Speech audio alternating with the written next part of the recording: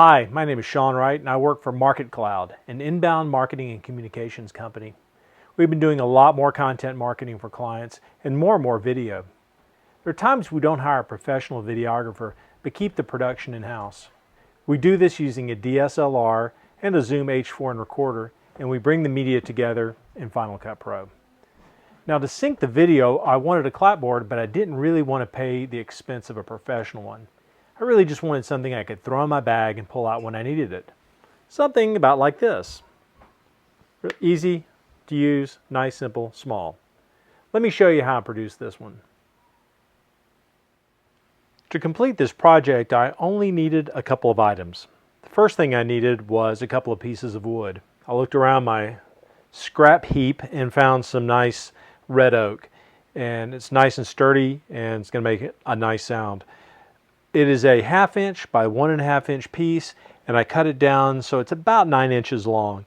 And I only did that because I only had about a 20-inch piece of wood. So you can make it longer, you can make it shorter, whatever works for you. The only other thing I've done to the wood is on this end, if you notice, I've rounded off the edge. I just did that on the sander, held it down, and that's going to be very important for the hinge motion. Well, I needed some kind of hinge, so I had a couple of choices. The first choice was maybe to use a strap hinge like this. And what I would have done is screwed it onto here, put the other piece of wood in there. But it was a little too long, it wasn't going to work for me. So if I had a bigger piece of wood, that would have been perfect. So instead, what I'm going to do is I'm going to put the two pieces together. I'm going to keep it thick like that, and I've got a reason for doing that. I'm going to take a mending plate.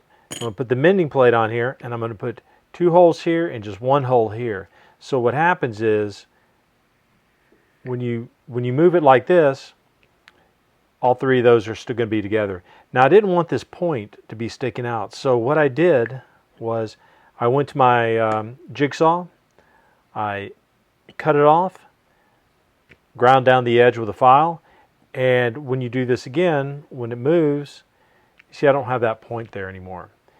Now, how I'm going to put this together, I could have used just some screws, but I'm actually going to use some machine bolts. And these are number 10, 32 by 2 inch, and they'll go all the way through, and I'll bind them on the other side with a nut. And I could put some Loctite on that if I wanted to, but that should do wonders. So the only other thing I'm going to do on this is paint the board up, put the stripes on it, and get it ready to go. Well, the next thing I need to do is drill my holes into the wood. And I'm going to go ahead and mark the spot using the mending plate that I've already cut down. So I'll put that in place. Get it right where I want it. Get my pencil. Just mark my spot. Now at this point I need to pick out a drill bit that's going to work.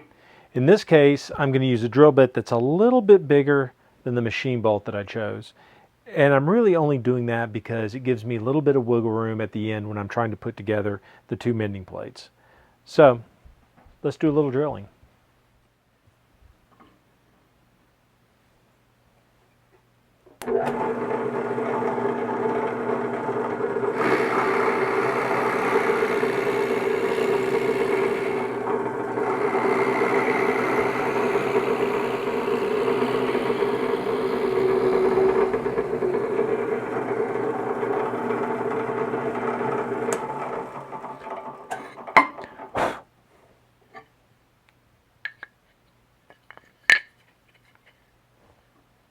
There you have it.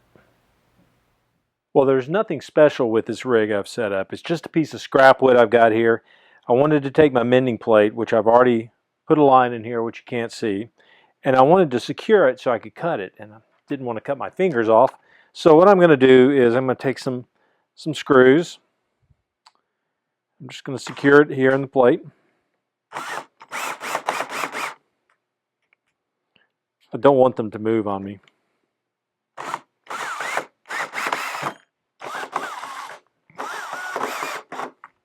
All right, perfect for a little temporary solution. The next thing I'm going to do is I'm going to take my jigsaw, and I've got a metal cutting blade here. I also have the ability to slow the speed down, so we're going to do that. So let's cut it off and be careful while we're doing it.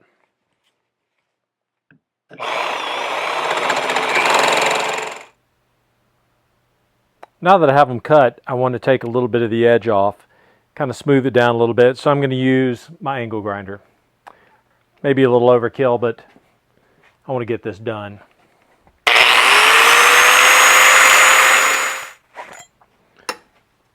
think I'm going to take my file and get a few more edges off with it.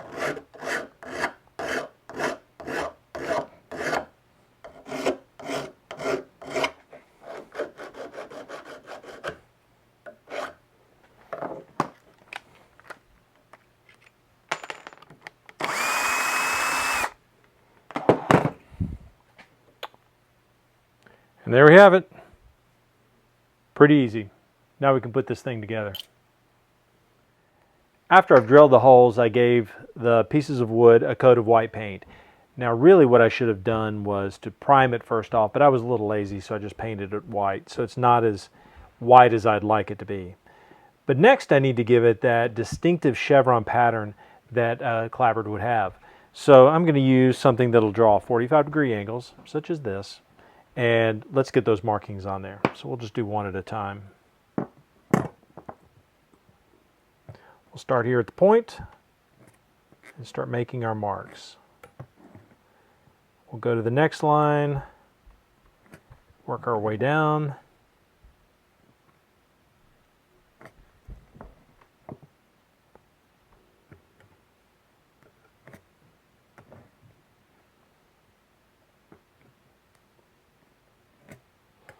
We don't have to go all the way to the end. Now what I want to do is I want to bring these back together, and to make sure that they match up, I'm going to get these tips, go right along the edge, give me a little marker where to put my ruler. And now let's do it the other way. Now we've got it all set up, and what we're going to do is we'll tape off half of them, paint the rest of it black, and the other side is also this way, so you could do it left or right. And so let's get to the painting. So I've painted the piece black, and now we need to remove the pieces of tape that we put in here for the white stripes, the white chevrons. So let's pull these off. And these aren't doing too bad.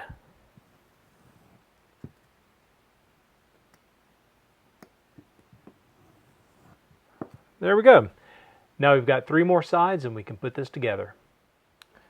Well, it's a time to assemble this piece. Now remember, we've got the rounded edge here. Make sure that's in the right place. Let's take our mending plate, put it on top, and we'll take our bolts, put them right through. Then let's flip this over. And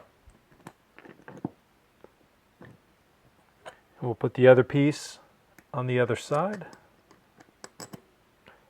And I found some locking washers, so I'm going to go ahead and put those in there.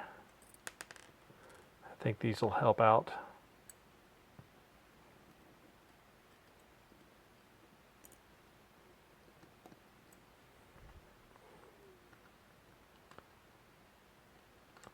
Put our nuts on before we tighten them down.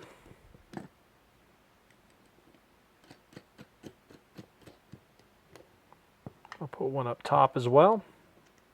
I'm not going to tighten that one down until I get these others tightened. So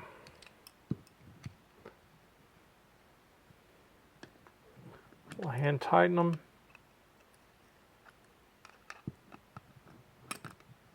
Got a screwdriver if I need it.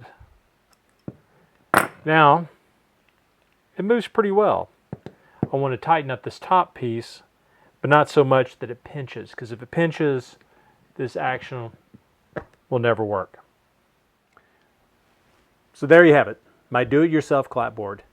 Now, what makes this extra special is, instead of regular black paint, I use chalkboard paint. You can buy this at Lowe's, Home Depot, most anywhere.